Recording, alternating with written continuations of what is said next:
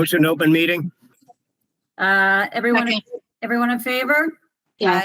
Aye. Okay, so I'm very, very pleased and I appreciate to have two special guests tonight.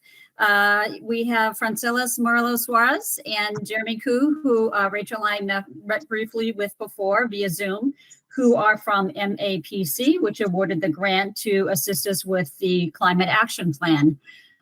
So I feel like this is introductory, but also we want to get into the substance as much as it makes sense to people.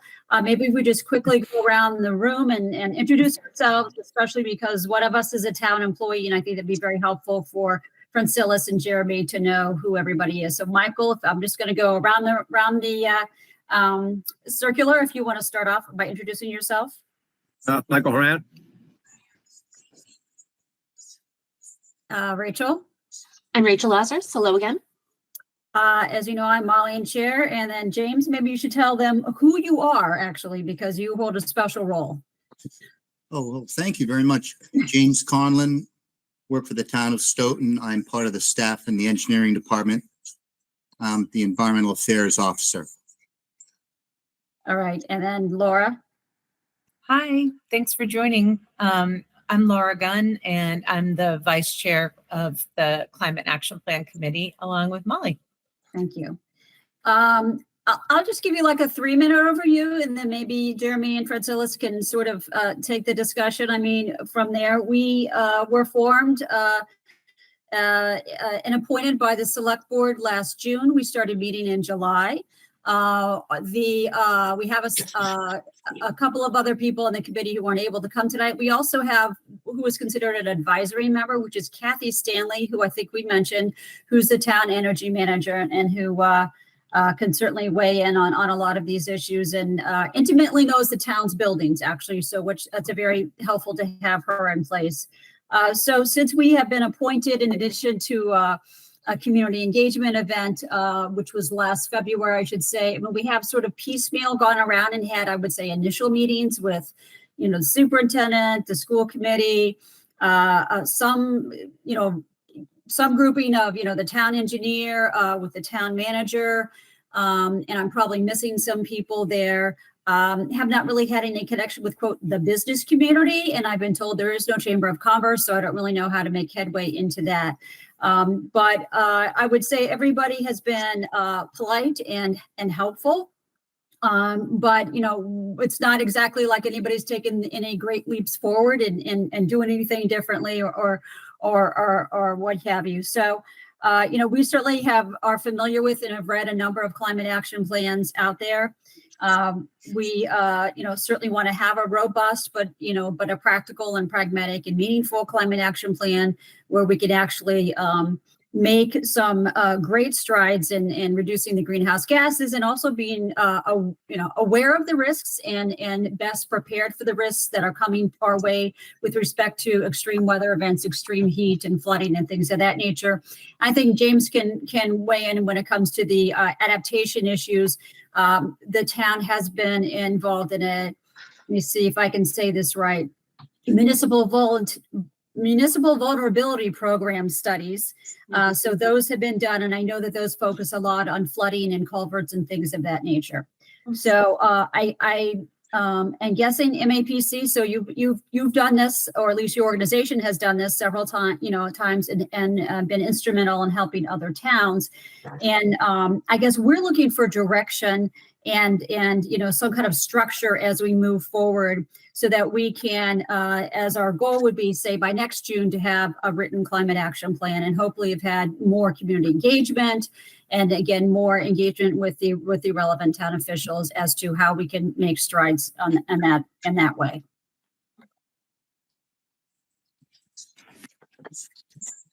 Great, and thanks for the introduction, Molly. I think just that we can introduce ourselves, and we'll just share a little bit about MAPC and sort of how we in the Clean Energy Department work with communities on climate, mitigation, resilience, net zero planning, and sort of the approach that we're taking here, and how we are pursuing, for example, the grant funding that went in earlier this month, and then I'll pass it over to Francelis to talk more about in detail about some of the ideas that we have for the scope of work that we put into the proposal, and sort of reflects what was in the town's original application to work with MAPC about a year and a half ago.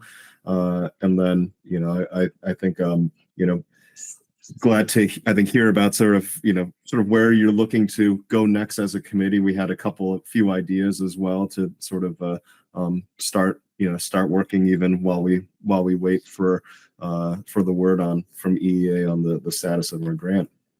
So I'm Jeremy Koo. I'm the Assistant Director of the Clean Energy Department at MAPC. MAPC is the regional planning agency that serves the 101 communities that are in the greater Boston area, of which Stoughton is one of them. We are both from the Clean Energy Department, which was formed, I want to say, about 15 years ago or so, and has worked with our communities and to support regional collaboration and sort of in interfacing with the state as an in-between, the state and our communities on issues related to clean energy, climate resiliency, and just other programs, planning and implementation. Before I joined MAPC, I joined MAPC last year. I spent 9 years working in consulting at Cadmus, doing work, everything from actually one of my first projects was City of Boston's Climate Action Plan refresh in 2014, and then all the way through things like utility studies to community-based outreach and education programs like Mass CEC's Solarizing Heat Smart Mass. Pass it over to Francelis. Thanks, Jeremy. Can y'all hear me okay? Just wanted to double check. Hi, good evening. Thanks for having us. I'm Francelis, and as Jeremy said, I'm also part of the Clean Energy team at MAPC. I'm a clean energy and climate planner. I've been at MAPC, I want to say almost 3 years now. I've worked on, I want to say, several climate action plans with communities ranging from just mitigation as well as mitigation and resiliency, which I know is what Stoughton has been interested in. And I've also worked on a zero carbon action plan for a regional kind of North Suffolk one, Revere, Chelsea, and Winthrop. So it's been really great to kind of see what every community, how every community kind of aligns, but also trying to make sure that everything aligns with each community's different characters, which I know Jeremy will talk a little bit more about as well. So I'll pass it back to him. Yeah, absolutely. Excellent. And just for purposes of this project, I'll sort of be on hand as sort of the overall project lead and sort of lending my support and subject matter knowledge where helpful. But Francelis is going to be the project manager from our end, so primary point of contact and driving things forward. Really excited for her to sort of take the reins on this from the work that she's been doing on everything from the North Suffolk project she mentioned, but to also working with communities like Gloucester and Reading and others that are across the region. I think one of the other things is Francelis works to coordinate one of our subregions in sort of the just north of Boston, and so she also I think brings a different perspective on sort of what some of the communities in different aspects of our region are doing that are I think are more similar to Stoughton than for example Boston or Somerville or Cambridge or some of the more urban communities. I guess any questions? Otherwise, happy to talk a little bit more about how we're thinking about approaching this and sort of I guess give a summary of what we ended up submitting to the state for grant funding. That was very helpful, the background. Thank you. Well, great. I think we'll just dive in then. I think, one of the I think one of the most fun things about working in, well, I wouldn't say climate change is fun, but in being active in this space is that there's a lot of opportunity, I think, to sort of just keep learning and iterating over the course of many years. Climate change awareness and planning as a space has really only been a thing. The GWSA passed in 2008, I think, and so it's a relatively young field, but compared to things like environmental protection or environmental engineering, which have much more extensive background. And so we're always trying to build on our approaches, learn from things that are in the region, and not just in our region, but also in the rest of the state and across New England and the Northeast as a whole.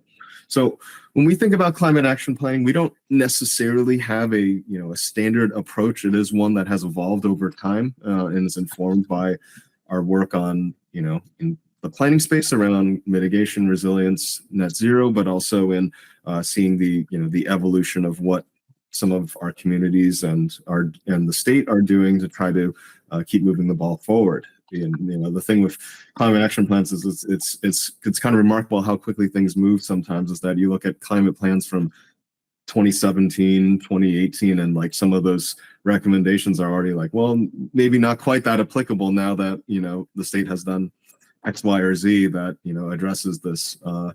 So we've worked. I want to say we've worked with about 18 of our communities on some type of like climate resilience or net zero planning from kind of all across the region, from North Shore down towards South Shore and sort of out in the Metro West.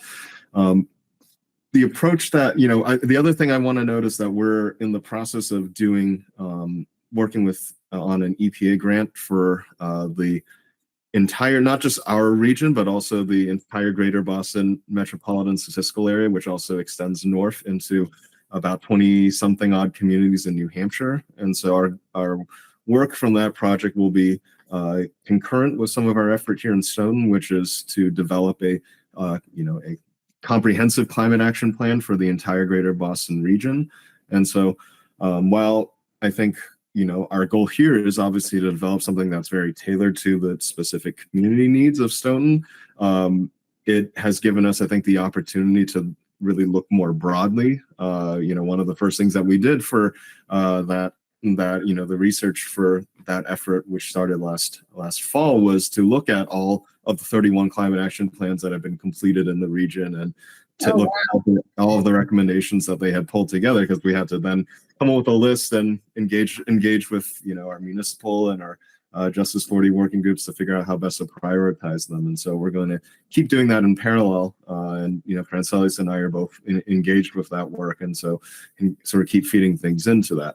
One of the things that we've learned, I think, over the years of doing so, and it's kind of been reinforced by this regional effort, is that at a high level, a lot of the key climate actions are fairly consistent from community to community. Obviously there's some difference between whether you're a coastal community or an inland community, or some of those aspects around climate threats that may or may not be as present. But generally, like I joke that you can chat GPT like 70-80% of a climate action plan. The recommendations will fit a list of things that would line up with the database of climate actions that we've pulled together. So really what we've focused on is figuring out how best to take what sort of from the list of best practices from actions that have been consolidated through iterating through many plans, and figure out how best to really inform them for the local context. And we do that through sort of a more robust, like equity-centered approach to community engagement that seeks to reach all members of the community, particularly trying to focus on some communities that where there are some groups that are often not as active or underrepresented in municipal planning efforts. Laura had a question. Laura, do you want to go forward with your question now? No, I can wait until okay. finishes this statement. No, it was just. Right. Please finish. We'll circle back to you when Jeremy. Okay, great. Yeah. So, and part of our reason for that is ultimately we don't want these plans to just sit on the shelf. Right. We're at this point where the quicker that we can go from plan into implementation, the better. And, there are, risks to a municipality's commitments and efforts at the planning stage, just as there are on the implementation stage. And so the more that we can build community buy-in through the planning process that helps carry over into the implementation stages, the more likely we've seen that communities are able to actually build off of their plans. We also then, integrate this by trying to, we've carved up, part of the resources of the grants that we're applying for to then continue beyond the period of developing the climate action plan to then, continue working with the town to, identify, one or two recommendations from that plan and start, try to kickstart moving that forward so that you don't lose the momentum from the planning effort. One of the things I also noticed that, we don't usually approach this from sort of a rigorous quantitative analytical exercise. I've done plans like that in my years in consulting. And one of the things we find is that, there's ultimately only so many things, first of all, that a municipality has as far as, direct influence over community emissions and the ability to implement certain programs. Like you don't have the, $5 billion over 3 years that, National Grid and Eversource are planning to spend through Mass Save. You don't have the resources of the state to do so. And so some aspects of, trying to quantify the, impact of certain municipal actions can turn into a very, frankly, hand-wavy exercise because so many things are dependent on a lot of interlocking pieces across the region and the state. Also, when we found that when we try to set these very quantitative metrics, it adds another layer of burden to the municipality to try to figure out how to keep rigorously measuring and tracking those metrics. We obviously think it's important for communities to have certain metrics that they're thinking about, communicating with the rest of the community about as sort of an accountability mechanism, but sort of trying to keep everything very fine-grained and quantitative is something that, I feel like we've found only the most well-resourced communities are able to pursue. I'll pause there for right now. I guess you can ask, I think, Laura and then Rachel, I guess. Yeah, thank you. I think that was really insightful statements that you were making and very applicable to our situation. So one question I have is, you said that as you see a lot of these climate action plan committees, climate action plans coming from a number of different places. And there are some things that are implemented maybe on the New England level or the state level, or is there a way of reviewing those that if there are things that are consistent across all municipalities, do they get kind of prioritized at a higher level of okay, this is something that the state's actually going to take on? Or when are things actually dealt with at the local level? Yeah. It seems to me like I completely agree that Stoughton is not Cambridge or Somerville, and we do deserve our own, climate action plan. However, as you astutely stated, there are going to be similarities across. There's only so many aspects to a climate action plan that people actually have influence over. So, is there a way to determine which things are handled on that kind of higher, say, regional level? Is there a way of communicating that, or is there a way that local level can understand what's actually being handled at that state or regional level? And then that way, areas like ours, we can prioritize the things that are truly nuanced to Stoughton and not try to boil the ocean with things that are actually affecting a larger region. Yeah, we certainly don't try, we have a pretty lengthy list of all the universe of things that different levels of government are sort of best positioned for. We certainly don't try to start with a list of things that really we think should be implemented at the state level. Often what we try to do through these is we try to identify what are those particularly valuable state policies or programs that a community could potentially advocate for. It's not necessarily like, we don't want to completely exclude that information from the plan because it's outside the jurisdiction of a municipality, but we do want to acknowledge that there are those things and there are opportunities for that may generally be in the town's sphere of influence, though not their sphere of control, in how they can engage, and to really focus in on prioritizing. That's really, I think, where we see the value of the community engagement approach, because we do see that what sort of informs the prioritization we really want to source from the communities, because there are certain aspects that we could highlight from our perspective, like this probably has the biggest relative GHG impact of some of the actions, but there may be certain things that relative to the community that there's a particular emphasis. I know there's a lot of interest in how to think about using natural resources and natural and working lands as a means for climate resiliency, and that's an element that is that's going to differ from every community, and as particularly as how it's prioritized among its community members. Yeah, thank you. That makes sense. Yeah, go ahead, Rachel. Yeah, I had a fairly similar question to Laura, but I think I'm phrasing it a little differently to get a slightly different answer. I was wondering, so if you think of it as kind of, we're building a pyramid of, this is national level or international level, national level, regional, state, region, county level. So what? So we are working on this piece, like this fine mesh. So we're catching the different layers of things. So where would you say that the town's responsibility is going to be on the level of all of these things? So what is the impact of making these things? How much you said you didn't want to quantify it totally, and I do understand that is a level of complexity and also a level of things that are out of our control. Is there a way of kind of quantifying what our contribution is going to be at the same level? So this is going to get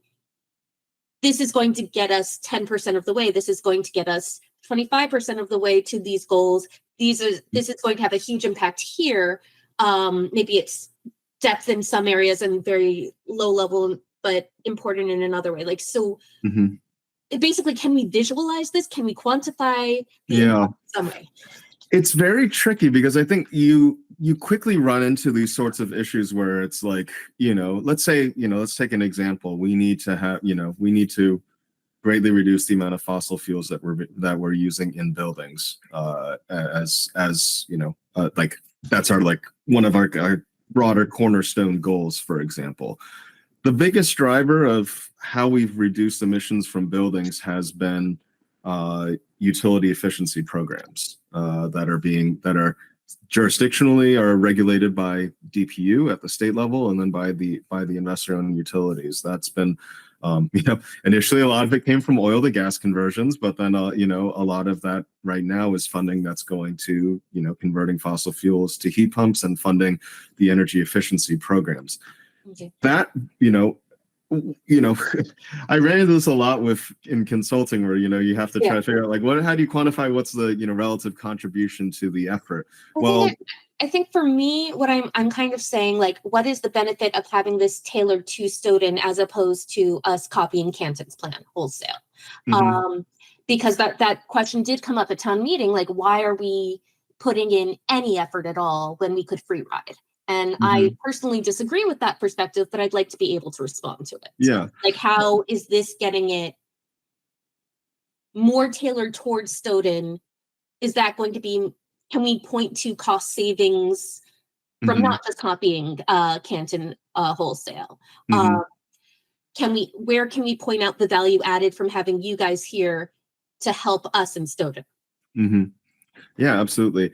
And I think a big part of it is, and after this, I'd love to pass it to Francois to talk a little bit more about like the granularity of this approach. But we really see because I think yes, you probably can copy a plan or ChatGPT a plan and have it be 80% to 9% of like the content is probably going to be fairly similar, because there's there's only so many pathways from where we are now to net zero emissions by 2050. One of the things that we really focus on is this element around community engagement, because ultimately the plan is the plan. It can be, can take a lot of forms, but it's going to have a certain series of recommendations where we like to try to leave a community after we finish this this extended process, is that the community has built some of the relationships that are needed, has broadened awareness and engagement with the efforts that are going to be needed, and that then you're left in a better position with more buy-in to then proceed into implementation. And then again, I'm sure there are certain distinctions between Stoughton and Canton and the other neighboring communities where we do want those to the nuances of how to then implement a particular measure in a way that meets those specific contexts are adequately reflected in the plan. Right. Yes, I just wanted to note for the record that another member of the committee is joined, Aisha Aloyede Edwards. Welcome, Aisha. And certainly if you do have a question, this is Jeremy Koo from MAPC, along with Francelis from MAPC as well. And he's giving us sort of a high level discussion of how they approach these plans. Okay, so hi, Jeremy. Hi, Francis. Nice to meet you. okay, Aisha, I'm glad that you're here. Just to put this in sort of simplified terms, since I'm also writing up the minutes, would you say that like the 10 to 20% that is tailored to Stoughton would do more than 10 to 20% of reducing the emissions and getting to net zero and all of these things of Stoughton's plan? Like is this it will have bigger effects than essentially than if we didn't have the tailored to Stoughton portion at all? I think that part of it is, it's tricky to quantify, because I think ultimately what we want to do is feel like there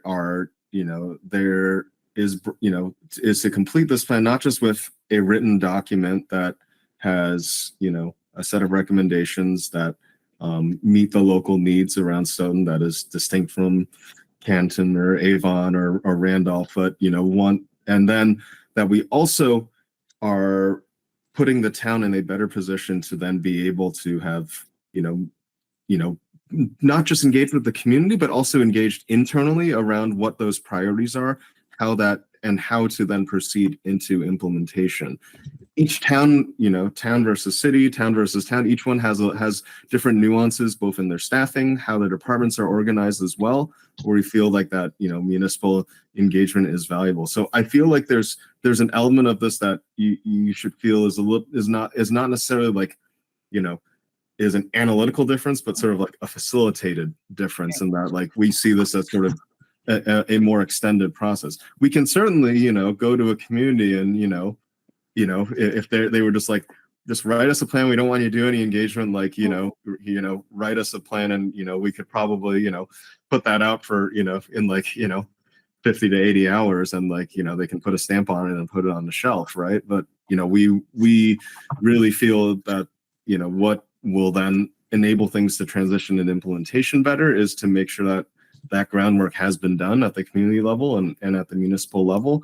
And ultimately that, there are changes that are being asked of the community to be able to build a, more resilient and healthier community. I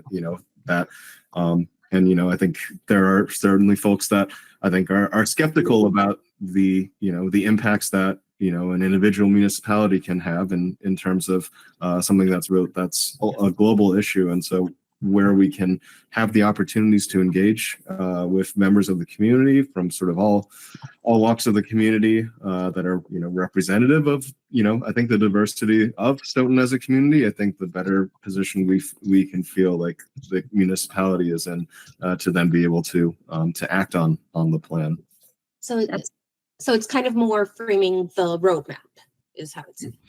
Yeah, I think it's as much a process. It's like a lot of the value of the planning is in the process. And I think we focus on the planning process and how we are actual, working with the community through all of those stages and not necessarily, I think I think that, the outcome and what's encapsulated in the document, I think is only one way I would argue of like measuring what is the value of having a more extended process that gets out into the community. Okay. Yeah, I think Rachel, it's redefining what Yeah. success looks like, but success isn't just a measure of like greenhouse gas emission reduction. It could be things like how many things on this plan were we able to operationalize, knowing that the greater number, if the plan is a good plan, the greater number of things we've been implementing will ultimately help us get to that goal. But it's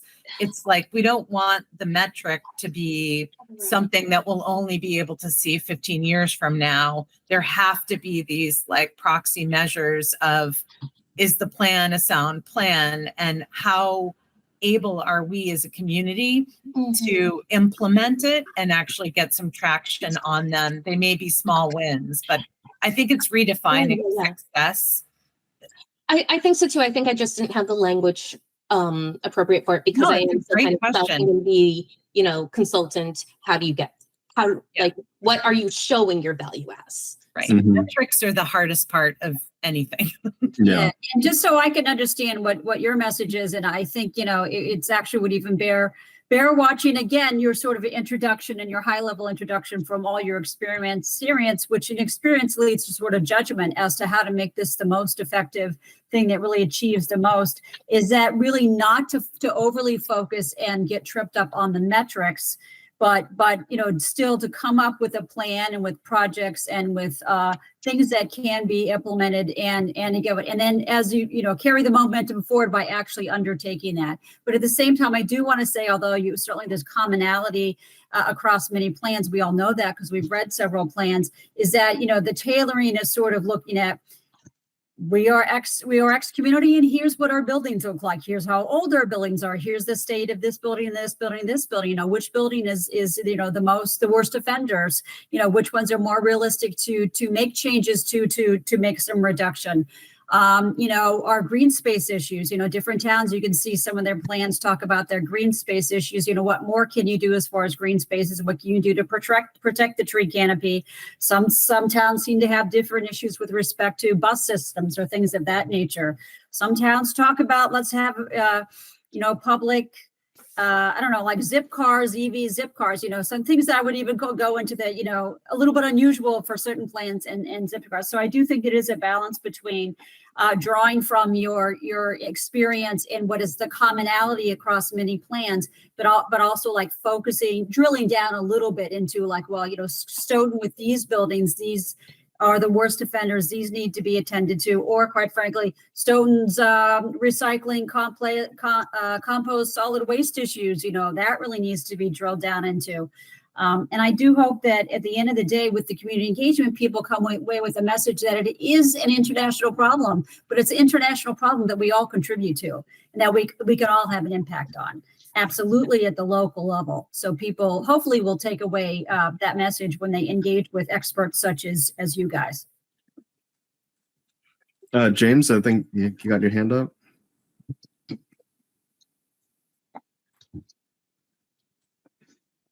Don't know what happened to James there. All right. Maybe Rejoin us in a moment.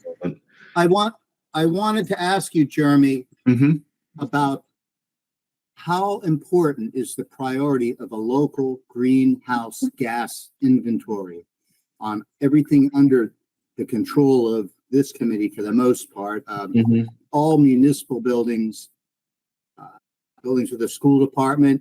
Is that a good starting point to help identify the uniqueness of our community and in order to establish also some baseline levels of carbon generation, because the most important goal would be for us to reduce our carbon footprint and engage and embrace more responsible lifestyle choices.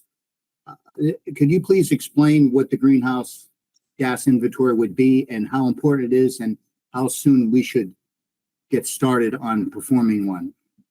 Yeah, so we have a tool on that we developed specifically that so that municipality to try to hopefully demystify the process and just sort of like enable municipalities and groups to be able to pursue them themselves. I know I engaged a bit with David Billow, I believe, from the Energy and Sustainability Committee about this a little earlier in the year. And it seemed like he had sort of figured out how to navigate through the tool, but sort of caught us right at the point at where we're updating the baseline year from 2017 to 2022. And that's going to be done in the next month or so. So it is something that, is something, could, be pursued very soon with sort of the most available, up-to-date data that we have from the state for some of these pieces. Generally, we see, most community, I think if you were to, bucket communities between sort of, urban, suburban, rural, there's sort of like the percentage of, emissions that are, buildings, transportation, power generation, waste.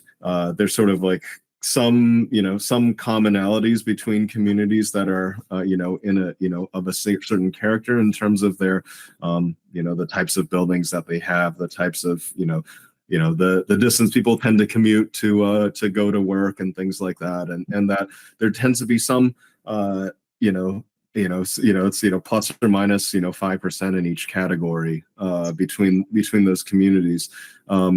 Going through the process of that tool, there's also there can be data. I think, and correct me if I'm wrong, Francelis, because you've actually used the tool more than I have.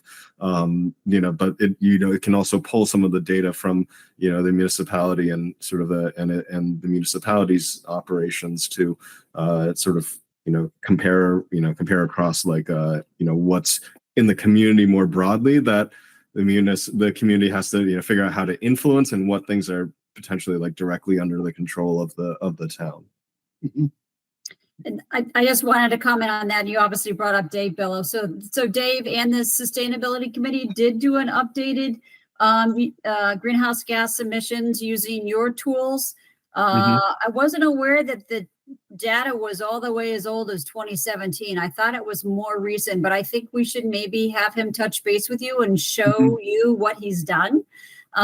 Because he did go through that. So I can certainly make sure that we get that information to you so you can see. I mean, maybe you don't have to reinvent it. Maybe you just have to tweak it, or maybe there's just some of the factors that you would update, but we don't want you to do more than because he had done one previously a few years ago. So he's pretty good at doing it, but let me make sure. I'd be happy to correspond with it. And I'm sure I would bet that if he compared those two efforts, like, it's plus or minus a few percent in each area. The challenge we've had the last 4.5 years is that, a lot of baselines and assumptions around, patterns before the pandemic and, after have changed somewhat.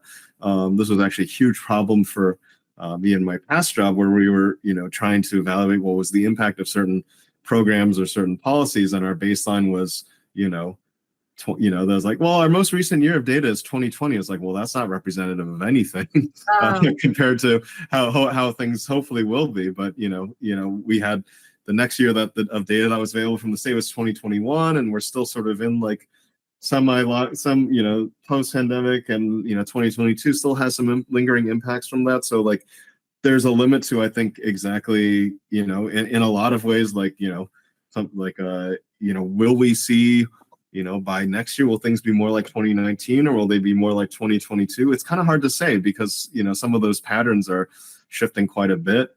Nobody's quite figured out exactly what's the future of how commuting and commercial real estate and things like that will be influenced in the longer term by the pandemic. So I think we're certainly happy to correspond with them and help him make some of the little tweaks that are needed. It's really just like updating data sets that are made available from the state. And I think David had been kind of like, he was asking me about like, oh, does this source come from here? Like, I see they have new data that's like more recent than, what's in this tool. And that sort of is exactly the, situation that we find ourselves in, and are trying to just update all of those data sources and put a new version on the website.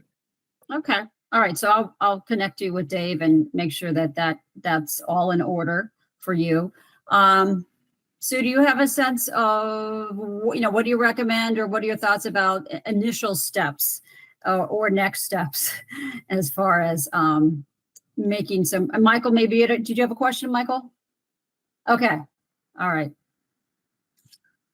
Yeah, so I think we have a couple of things. I did want to, I think, just sort of give Francelis a chance to talk about some of what we're, how we're thinking about approaching this, because I think that will make some of the steps that we're suggesting, put them into context around things. And also this can be an opportunity for you to, obviously I think what we propose to the state is generally how we're thinking about approaching it and how we propose it to the state, but they're not going to be, on our case if we change things to better meet the needs of the community. Obviously, we kind of developed that, with Rachel had a chance to look at it, but we didn't exactly develop that application sort of in full consultation with this committee.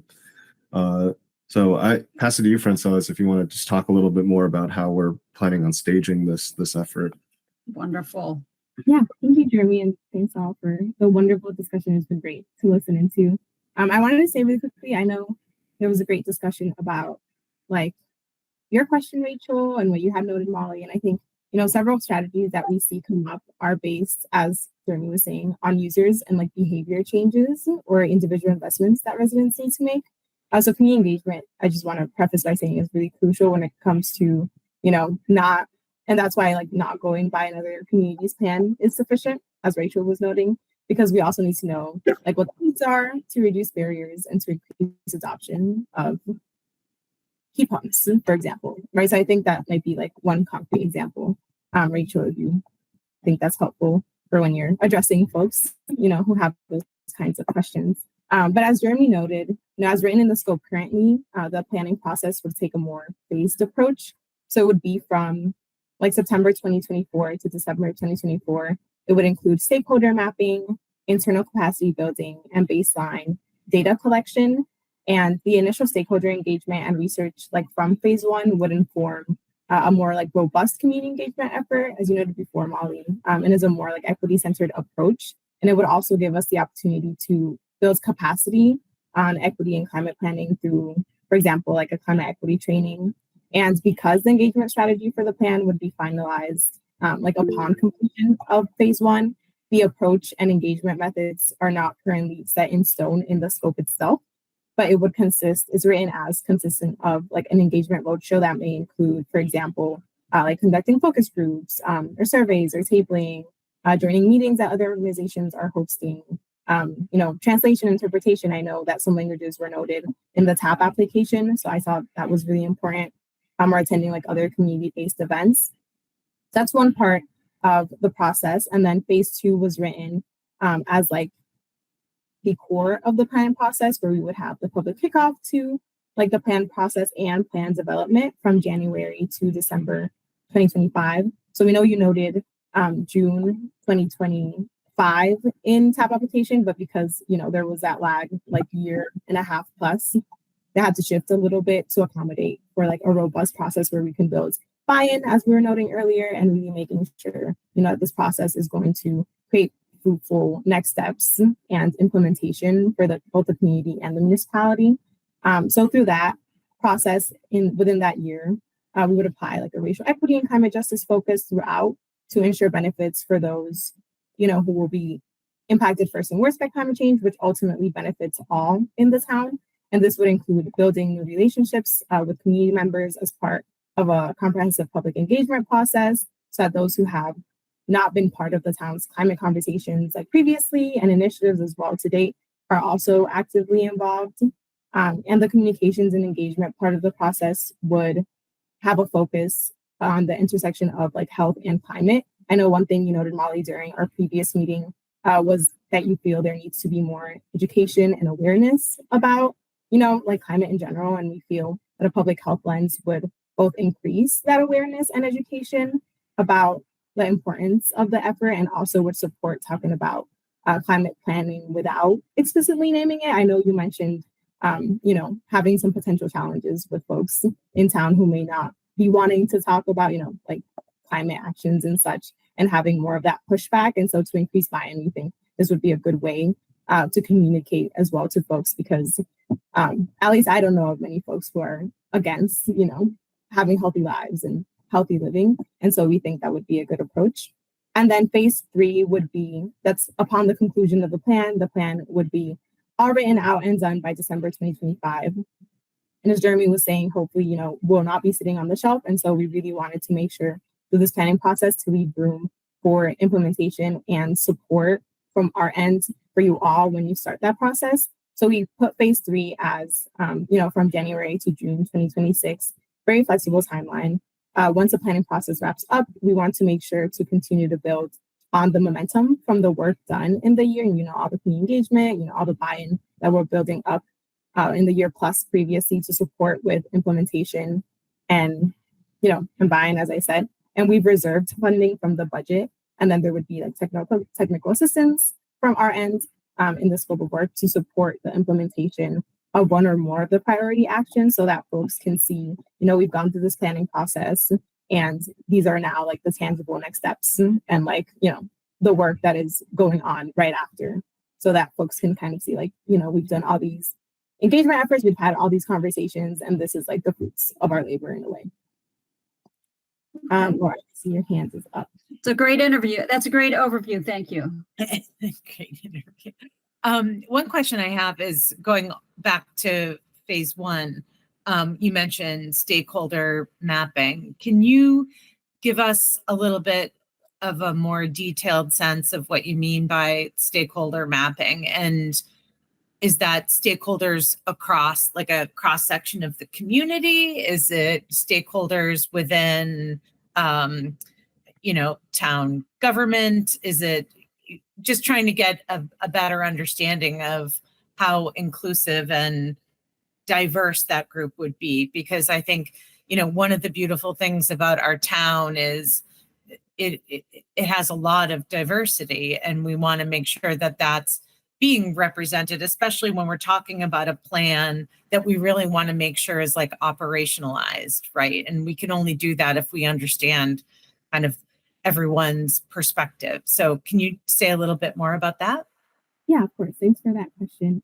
So yeah, in the plan itself, it's really what you just said, everyone within the jurisdiction of the town itself. I know sometimes folks think of stakeholders as well as like National Grid and such, which definitely counts. I think that's like in another bucket, but within the town itself, it'd be, municipal officials, folks who are doing the work and will help like with the implementation and such policy, zoning, et cetera. It's you all, it's community-based organizations who are working directly with residents and serving them as well, who can, serve as trusted messengers to get the word across, to chat with folks about education and awareness and what, resources are out there for them to also, change behaviors and maybe be able to adopt different things. For example, it's like schools, which are under the municipal umbrella. It's really, everything under the sun to make sure that, as you said, everyone from every walk of life in the community is able to be part of the process. And that's why, like phase 1, we really want it to be a really robust process where we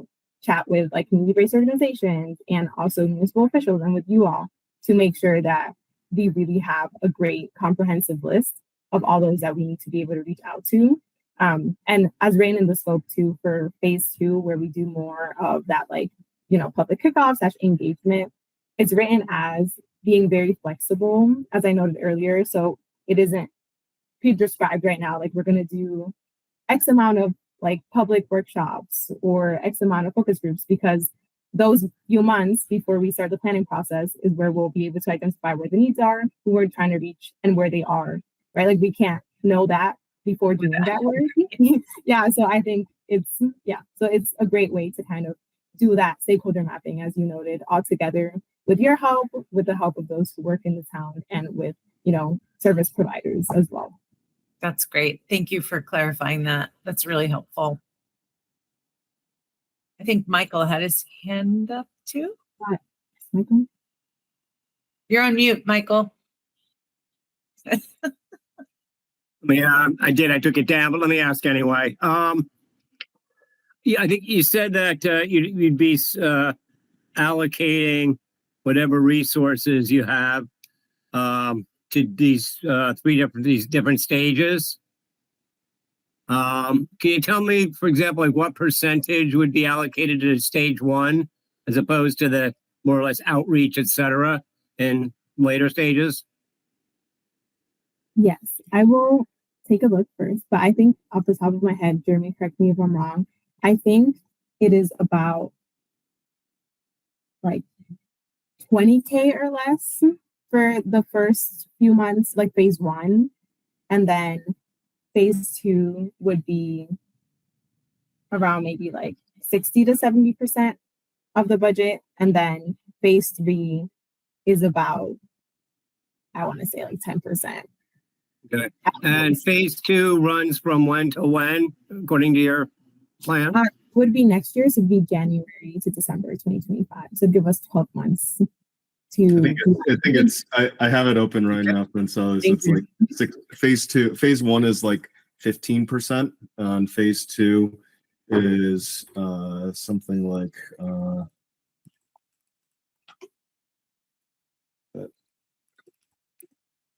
is like 60 something percent, and then we have like 10% to just sort of support implementation afterwards. All right. Okay, so I guess my question is, based on the time available between now and then, and the resources you intend to allocate to phase one, will that get us to the production of a comprehensive report by next summer? So the timeline is I think, as Francelis mentioned, is tricky here, because I think we see our experience has been like, yes, you can accelerate things, but we generally expect that developing a sort of a comprehensive approach to a climate action plan takes a minimum of a year to do so. We won't find out about the state grant until probably the second half of next month, after which we have to like contract, figure out all that out. So like we can't get started on this work until September, most likely. We have our award of technical assistance that we made to the town that's comprising a little less than half of what we're expecting is going to be the total budget for this work, but it would sort of made conditional on being paired with that, and we don't want to there's a limit to how much I think we're allowed to like charge ahead with that until we sort of have the full scope of the project together, so that we can sort of get the entire work plan together.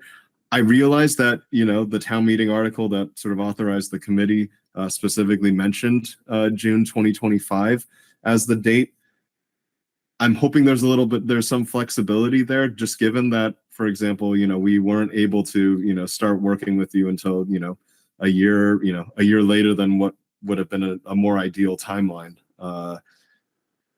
And I think, and that's a good point to bring up, Mike, but I think that that's just a matter of really updating the select board, quite frankly, as to, with respect to the grant being awarded and waiting for the second grant, hopefully to be awarded as well, that's just a realistic timeline. And that there's no point in quite frankly, given all the resources and work that everybody's putting into it and rushing and doing something more superficial just to get it in place by June or July of 2025, if we're on track to really do a robust, professionally supported plan by December. I don't think anybody's going to really object to that, because the people who don't want to plan at any time whatsoever. And the people who want to plan will say, oh, okay, again, we have the professionals on board we need. It's just going to take a few more months.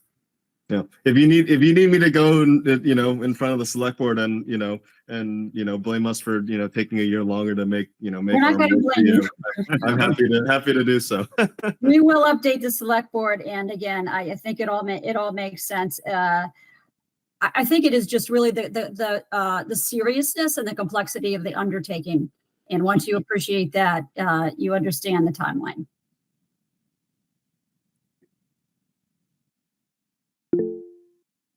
James? You're on mute, James. We can't hear you. Oh, sorry, I apologize. What kind of a budget are we looking at? So in total, we're expecting, so the EEA grant that we applied for is for $50,000, and then we made a sort of a matching technical assistance award for, you know, to cover our staff time of an additional 40,000. So you know, usually we try, most climate action plans that we've done with other communities land in sort of like the 75 to 100,000 range or so. You know, you can get by with, you know, with less, but, you know, ultimately, you know, what takes the most time, but also is, you know, is really important to the process is, you know, taking the time to get out into the community and talk to folks. So, so that, you know, and we're also happy to, I wasn't exactly sure how best to send it to you all, but we're happy to, you know, to share the application that we sent, if that's helpful for sort of like understanding, you know, how we're thinking about some of the budgeting. And, you know, ultimately, I think there is flexibility around it. EEA hasn't historically held us to the buckets we put it into. Could you clarify what you said from EEA? I thought you said 450,000, but Oh no, it's so yeah. The grant from EEA is the maximum amount is $50,000 for EEA planning assistance grants, and so we matched that with a $40,000 award from MAPC's technical assistance program. So the total is 90. okay. Excellent. Wow. So I guess in terms of, I mentioned that, part of it would make a little bit more sense. And I thank you, Laura, for asking that question about stakeholder mapping, because I think one of the first things that we want to better understand is from each of you all, where, what are, the relationships or that members of this committee, the Energy and Sustainability Committee, have with, different community groups and sort of inroads into different, stakeholder groups that can sort of form the basis for how we start, with that stakeholder mapping approach. Ultimately, I'm sure you all know, there's a lot of, within towns, it's very important, to sort of to know somebody or own the relationship with things. And so we both want to understand what the status is of those relationships, take a look across more broadly and see, like, are there gaps that we don't feel are being met that we need to figure out how to make inroads into to make sure we're really, engaging with people more broadly. And so that would be, I think, the first thing that, is sort of something that each individual member of the committee, I think, has something valuable to contribute. Sure. I mean, we can sort of go around and make some comments if you want to go in circles. I'm thinking of, some of us sit on multiple committees, or some of us, are active in the schools. And I think that might be something to highlight, or some other organization or even church you might be involved in that you might want to share. That is as saying that you do other, I mean, and most number of us are town meeting members, so we sort of know people in town. So. I mean, I think James is central as far as he's the linchpin for everybody in the engineering department and town officials. Yeah, sorry, go ahead, James. Jeremy, is the climate action plan a living document like an open space and rec plan? Is it a plan that should be updated? It makes sense that it should. Everything's changing all around us. Can you give us some insight on that? And is there going to be a opportunity for us to keep this document alive and dynamic over the years? So it's something that we can think about planning from the outset, I think is probably how I would frame that. Usually we see communities tend to make it like, we'll the ones who do make updates tend to make it somewhere in the neighborhood of like every 5 to 8 years or so. There are some communities that, put their first plan together in 2010 and haven't made an update since. And so there are different ways that we can approach that. For example, we've had some communities want the plan to really, not necessarily be like, a PDF that lives in one corner of the town website, but have sort of like, the town website itself reflect aspects of the plan so that you can, the town has more direct access to just like update some of the recommendations. Say if you had 10 priority recommendations and you wanted them to sort of have like sections on a web page that you could then, make updates with like, we did this in the, past year to achieve this and, or have some sort of like living dashboard to track that. That's certainly an option that you can consider. It's, there's I think a balance between, like the amount to which something is living and is, planned on being updated and sort of the, the resources that the town has to dedicate to doing so and sort of tracking that progress and sort of like reconvening folks to sort of, to pivot on certain aspects of it. Obviously, we as MAPC aren't going anywhere. And so, we have also, I think, worked with communities in the past to sort of like, revisit like, oh, we did this, but, now this has happened and, now we need to look at some tweaks. Like we have another technical assistance program award we made this year was, City of Somerville said, well, we made all these things through our zoning code, but, the AG said we can't do this anymore. And so, we need to update the zoning ordinance to, to do so. Can you give us some recommendations on that? So like, those are the sorts of things that like we continue to, go back to our communities and work with. And certainly we don't, we hope this isn't a one and done between us and the town. We do value, I think, the building these more extended relationships with the communities across our region, because I think it's the best way to sort of make sure, keep coming back to the plans that we've developed and, and try to offer some more support to support implementing them or sort of reorient them as conditions change. Thank you. All right. Does anybody want to go around the room and talk about relationships, ideas for stakeholders that need to be tapped into or that we'd love to see included? Michael, your commission is obviously coming to mind, Michael. Conservation Commission, it's obviously be a receptive audience. Rachel, thoughts and ideas about stakeholders? You're on mute. I'm on the board of library trustees. I'm also working, I may be on the South School building committee. So we're trying to get a revote to make sure that we get the grant for that. So I'm connecting to a lot of people through that. I'm obviously on the Energy and Sustainability Committee. I'm a town meeting member. I know some people on Stoughton Diversity and Inclusion Committee. I know some select board members and various and sundry people in town.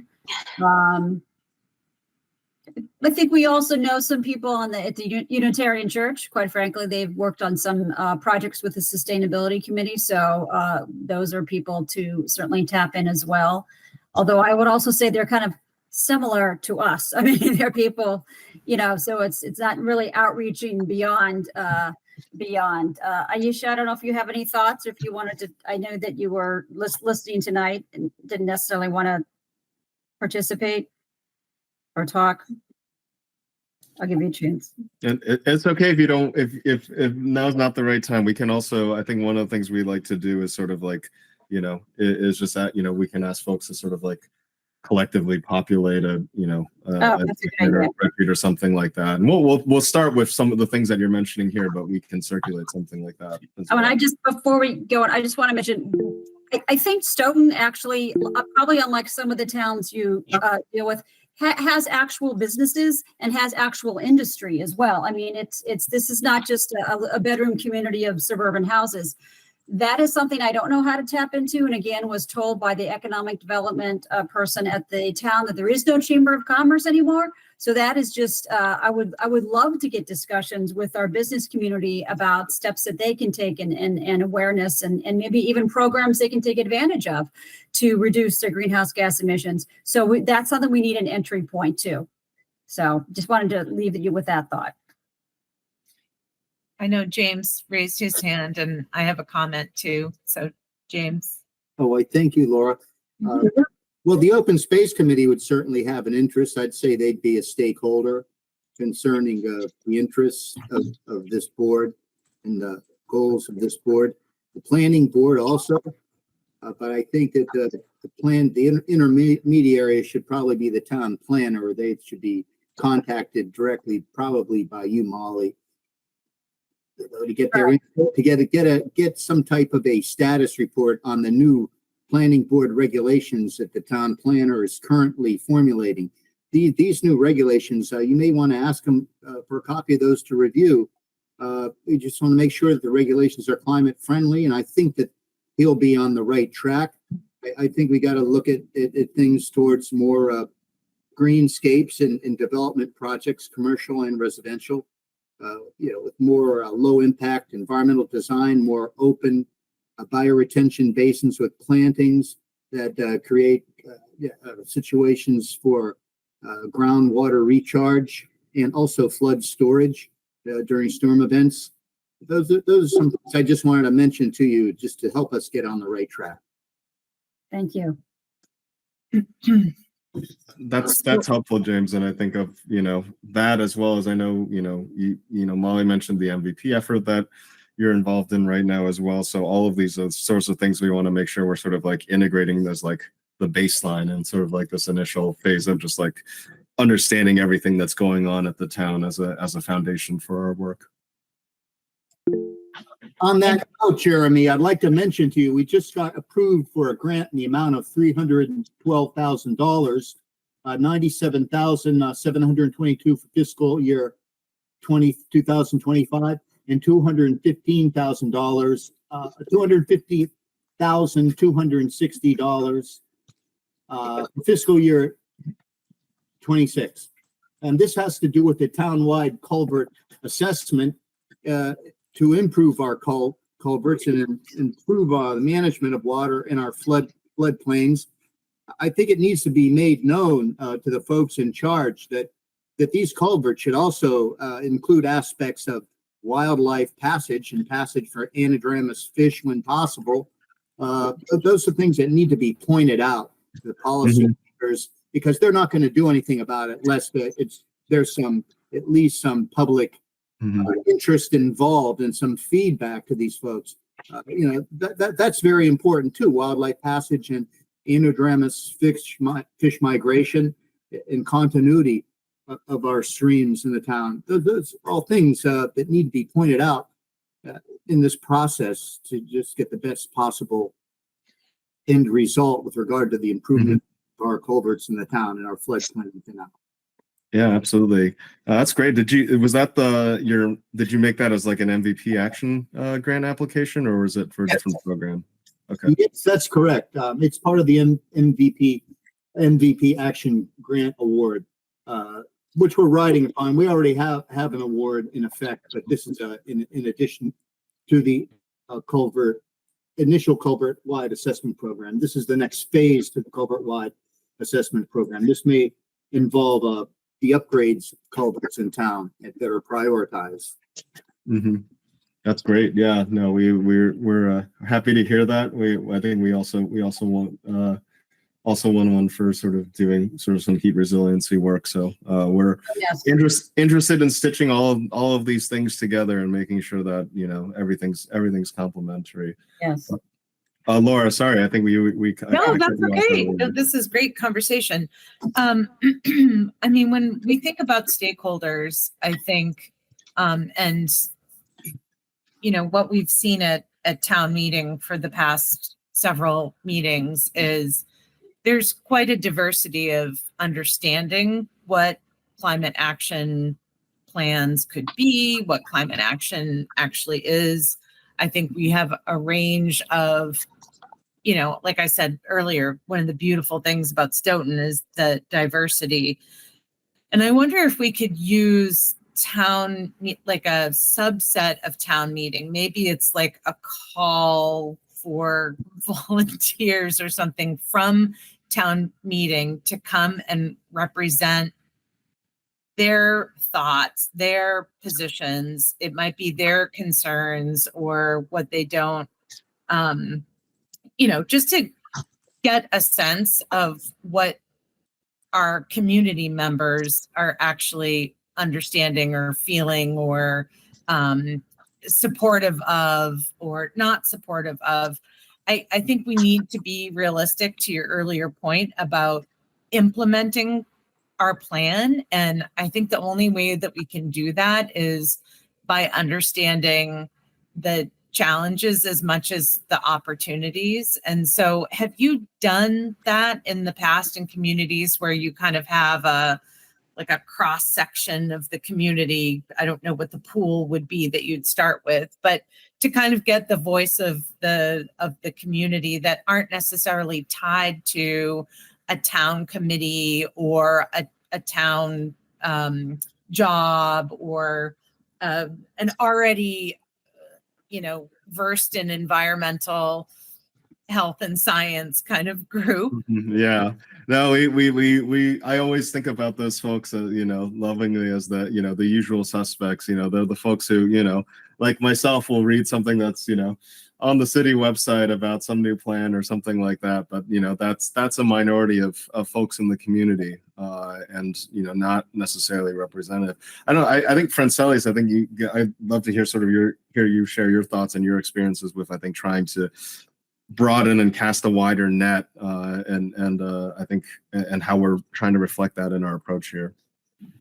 Yeah, I think that's a good question. I feel a lot of times in the approach when we try to meet people where they are, a lot of times maybe those spaces aren't diverse in different types of folks, if you know what I mean. But if they're from one certain type of group, for example, if they all go, for example, to the Unitarian church that you mentioned, or if they're renter group from a certain building that they work in, right? And so it is diverse thought. So kind of piecing those together is what a lot of the approach is versus getting everyone in one room, because sometimes there are barriers to that. Yeah. So we can definitely try that. And it's something that we can, try to form those ideas. And I think it was Molly, you had mentioned before that folks were coming to you and noting their climate stories, before they could skate on. I think it was the ponds you had mentioned, and then they couldn't. Oh, yeah. So it's trying to find creative ways to get people together. So I guess one example is I've seen people use art and climate stories to kind of get together and talk about these issues, right? Which is a commonality that people can see, right, these last few weeks have been horrible when it comes to the heat and such. And so it's that commonality that brings people together. So we can also think about ways and be creative as to how we can get people in the same room while also making sure that we just reach people where they are, if that's the best way that we can do it. Yeah, that's exactly what I'm talking about. My parents live in this town and they're in their 80s, and, what they might think is important is not necessarily representative of, or what they think is of concern, or, different people different things are important to them. But I think the majority of people will find something that matters to them in this cause, but it's important to understand what that connection is, because that's going to help us understand, some of the priorities for the town. Mm-hmm. And so I just think it's important for us to think of creative ways of getting that, that diverse voice that's a cross section of the town, not just cross section of people already involved in the town, if that makes sense. That is the challenge, because it is a low, as our town manager said at this town meeting in the spring, this town has a civic engagement problem and it has low civic engagement. I would say if you sat through town meeting for 7 meetings, you would sort of get a reason why. I mean, it's almost like the commitment was too much time for many people. It was so late, it went on, and we have town meeting twice a year.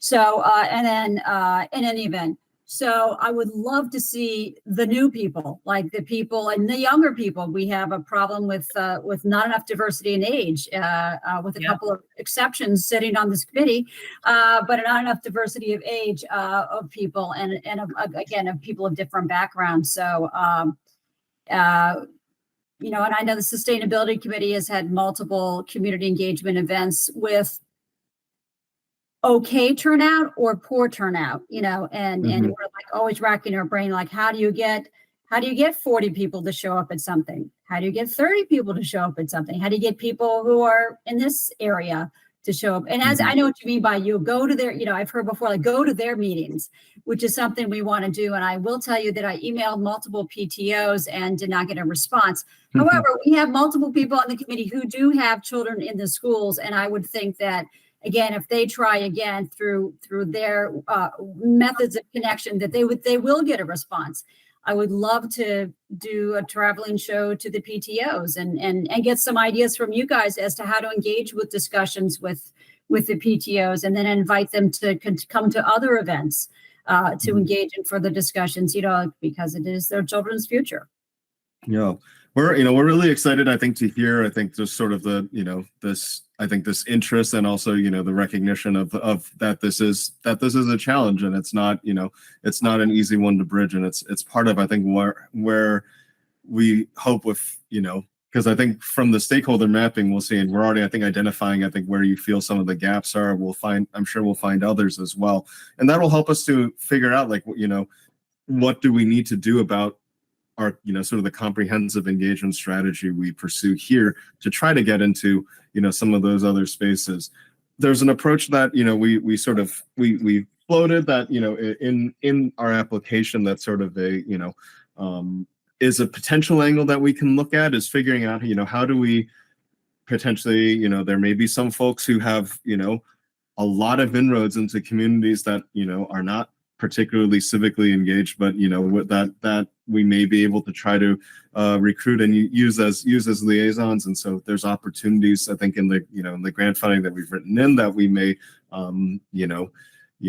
potentially stipend it to try to compensate people, that members of the community, to try to help them help them sort of justify how they're reaching out, or leveraging their networks or community-based organizations. That might be another angle to look at. I know, Francois, I know you sort of had a lot of ideas here about how we can try to bridge those gaps. Yeah, thanks for knowing that, Jeremy. Our public health team has done a lot of great work when it comes to like climate liaisons and such. We definitely had like a great comprehensive and robust conversation with them about like how much time and effort it takes into doing that work. And so it's definitely, we had thought about writing in a more like comprehensive effort, but it was really hard to like, take away from other budget items, because it had to be like way more money and time. And so we wrote it in, as Jeremy noted, if like naturally we are able to engage with folks who we say, oh, awesome, this is like a resident who seems to be a champion with regards to like this certain group, and they have lots of connections and such, then it, very kind of naturally turns into a working relationship. And then we're able to set aside funds to compensate them and such. I think a lot of it is flexible in the budget as like written in the scope currently. And we didn't want to stick like strictly to a climate liaison model because of, those barriers, but also making sure that like in the future, if you like as an implementation effort, potentially, for example, some communities saying, okay, we find that, having trusted messengers has been really good, and we've been able to get a little bit more engagement. Maybe a strategy for going forward to get more buy-in and to be able to, engage with more folks is to have a more robust liaison program where, we can compensate folks and we can have the time and like assistance to be able to support them. That's one example. So I think definitely creating relationships, going to folks, like I know you mentioned, Molly, I think like the budget here gives a lot of flexibility in like going to businesses, like just going to chat with folks and like noting down who is in the town, right? For example, to make sure that we have those listed out, because as you said, there isn't a chamber of commerce, and that, that data or that list maybe doesn't exist. And so it's just making sure that we cover our bases so that we know that we're reaching everyone that we want to reach. Right. Wow, so this is a lot of information, and I just we're want to make sure that we cover what we should tonight, but not keep you guys too long. We have a few other things on our agenda. Is there some sort of takeaway that you have for the committee? Obviously, Jeremy and Francelis, you and I can talk at any time and follow up and move forward. Obviously, I'm available to do that. Is there, any sort of takeaway or any further information you need from us, or what would our next steps be? Yeah, so I think there's a couple of things that we talked about. I think we can reconnect with Dave on just sort of where things are with the GHG inventory.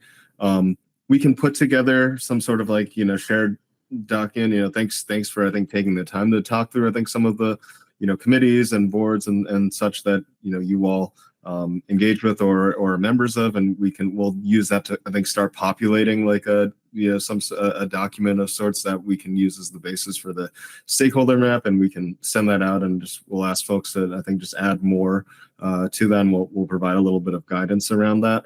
We're happy to join again at your next meeting. We can talk about there's another piece that we can start thinking about as well. We have something we call the climate audit tool, which is sort of part of helping us with baseline collection, and it's both information that we try to solicit from the town and some of the actions the town has taken, but also from sort of made committees that volunteer committees that tend to drive a lot of the community engagement. And so that's something we can talk about at the next meeting, and how to start collecting some of that groundwork so that we can really hit the ground running. Okay. All right. So yeah, and as I said, we can sort of share information, and I guess even think more deeply about stakeholder contact or relationships, or even indirect relationships. Maybe we know somebody else indirectly who is involved in a group or an organization in town that might be interested in joining in the conversation as widely as we can get people to join in the conversation. Yeah. So. And I think knowing of is also a good reason to put somebody on a list of on a stakeholder group. Maybe you don't have a contact there, but this group is has a important reach, or deliver is an important service organization to certain residents in the community. Those are a lot, oftentimes a lot of the folks that we want to be able to try to reach out to. If it's the sort of thing that one thing we were doing, I think, with one of our plans recently was just we would find a community organization and bring food to them, and just sort of sit down and have they would invite folks in from their network to come have food that we're able to cover with the budget, and just so that we can have a reason to talk to them about engaging here. So even if it's not necessarily a relationship you feel like you have sort of a strong inroad into, knowing that there are those organizations in the community is still helpful for us to figure out how best that we do try to reach out to them. Okay. All right. Does anybody have any other questions for our guests who have given us a lot of time tonight? I really appreciate it. Before we sort of move on to other things, before I'm going to let people go tonight. Anything else to ask? And again, we're obviously going to keep conversations and dialogue going. And if you think of anything that you want to pass along as a question or a comment, obviously we'll do that, and then we'll see if we can pick a date for the next meeting that works for a quorum of us as well. I would just say thank you both for so much really useful information, and really appreciate you working with us on this because you have such great experience, and I'm very excited to be partnering with you. So thank you for joining our meeting. Yeah, the feeling's mutual. I think we're sorry that there's some grants and other red tape that's sort of I think slow rolling our start here, but we that's just process. This is fun to work with nice people who know what they're doing. Yeah. Well, we look forward to being able to dive in properly with you all, and also start engaging with staff at the town. Great. We feel very fortunate. Thank you so much for your time tonight. And we will be in contact about a next meeting so we can take it to the next step. Thank you. Great. Yeah, thanks so much. Thanks for having us. Thank you. Thank you, Jeremy. Great meeting you. All right, we're gonna see how much we're gonna get through the agenda tonight. I do usually try to keep meetings short. But I do think we need to, let's move on to item number 3 and 4, to keep on top of those issues, which is the election of a committee secretary. So, Michael, obviously, graciously stepped forward last summer to be the committee secretary and really needs to pass the baton. And Rachel has graciously offered to do that work, which is a lot of work. So does anybody like to make a motion concerning electing a new secretary for the committee? I would like to make a motion to elect Rachel to be the new secretary of the Climate Action Plan Committee. All right, second? Any second? Second. Okay, all in favor, we'll do a roll call, starting with James. I vote yay. Michael? Yes. Rachel? Is it possible for me to vote nay? Yeah. Yes. Okay, I vote yes. Laura? Yes. Okay, and Aisha, if you're still there? I didn't hear a response. I don't know if Her mic is not on. Yeah. Yes, I'm here. Oh, there she is. okay, would you vote yes in favor of Rachel being the new secretary? Absolutely. Thank you, Aisha. Okay, so that's great. So that's taken care of, and then we can move on, and I appreciate your stepping into that role so much. We're moving on to the review of minutes, which I was able to get some minutes that Rachel had finalized that we voted on last time. Those have been submitted to the town, so we're making progress on that. So we had Rachel had forwarded the minutes to the committee for their review. We just want to take a look at this and see if people had any comments, substantive changes, or anything about the minutes. I mean, I had a couple of things, but I guess let's just go around, starting with James. And Sorry. On May 8th. I'd say that Thomas Coulter's name it's Caulter. And I would recommend also page numbers. Pause. Which minutes are we talking about first? Yeah. okay, Monday, June 10th, 2024. Okay, that's what we're doing. Okay. I apologize. I was going too Fine. fast. I don't, CAULTR?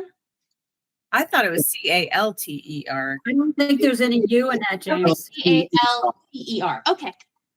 Fixed. Yes, okay, and that's under the first section. Any other changes, James? I would recommend page numbers. Oh, sure, okay, fine.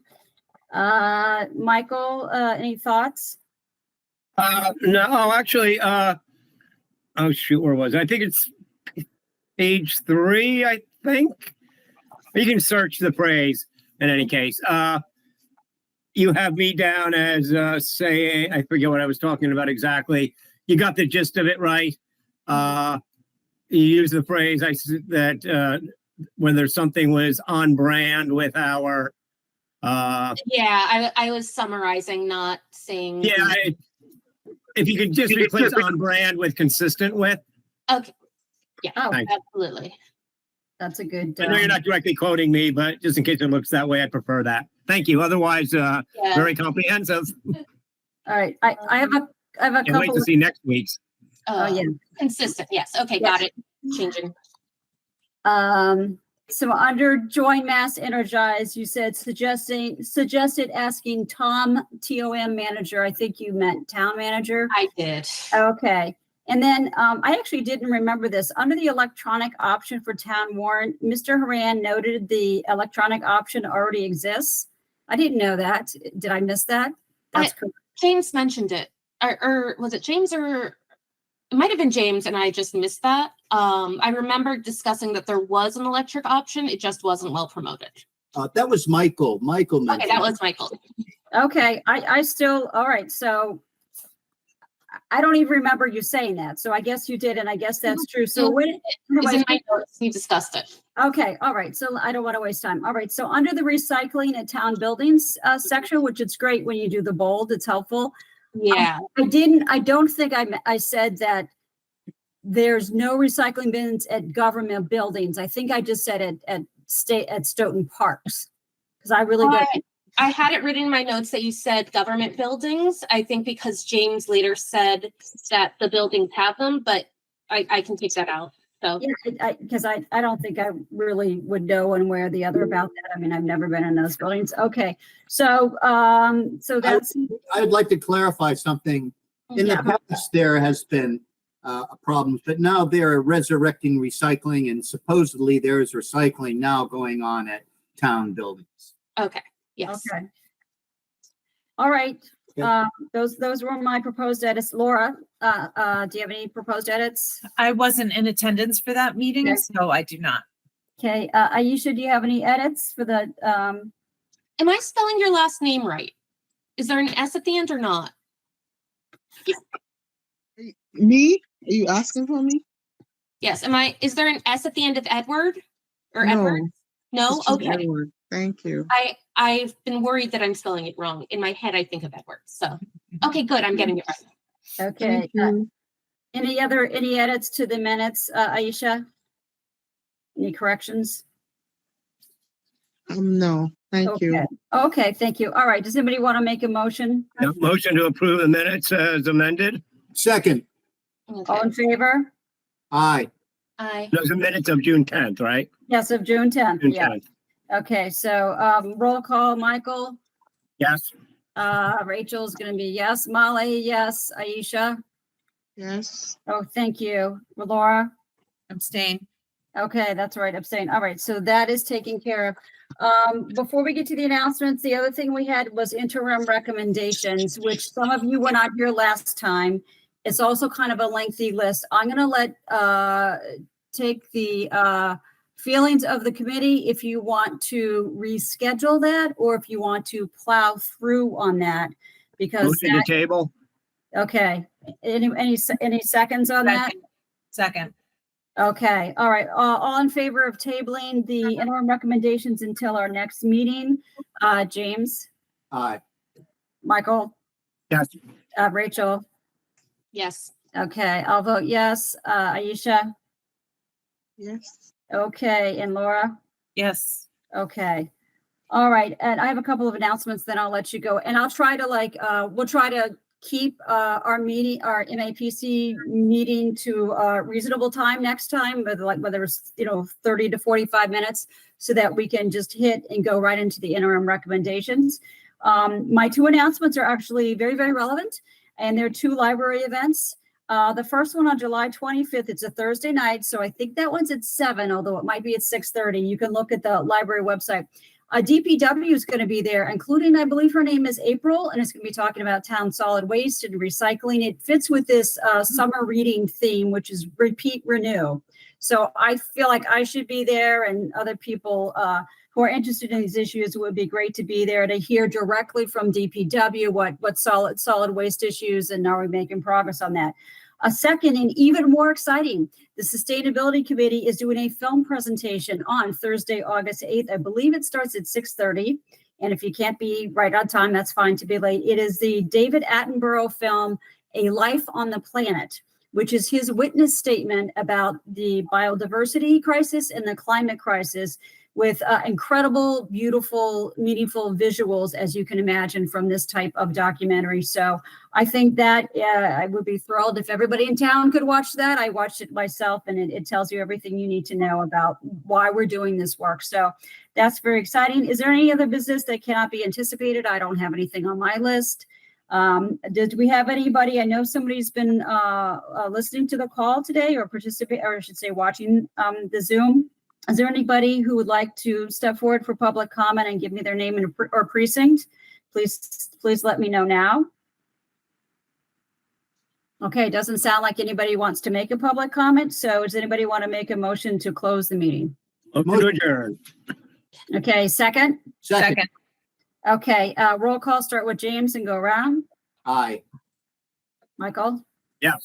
Rachel? Aye. I vote aye. Aisha? Aye. Thank you, Aisha. Laura? Aye. Okay, thank you, everybody. It was a great meeting. And again, I think we're really hitting the ground running now with our help from MAPC.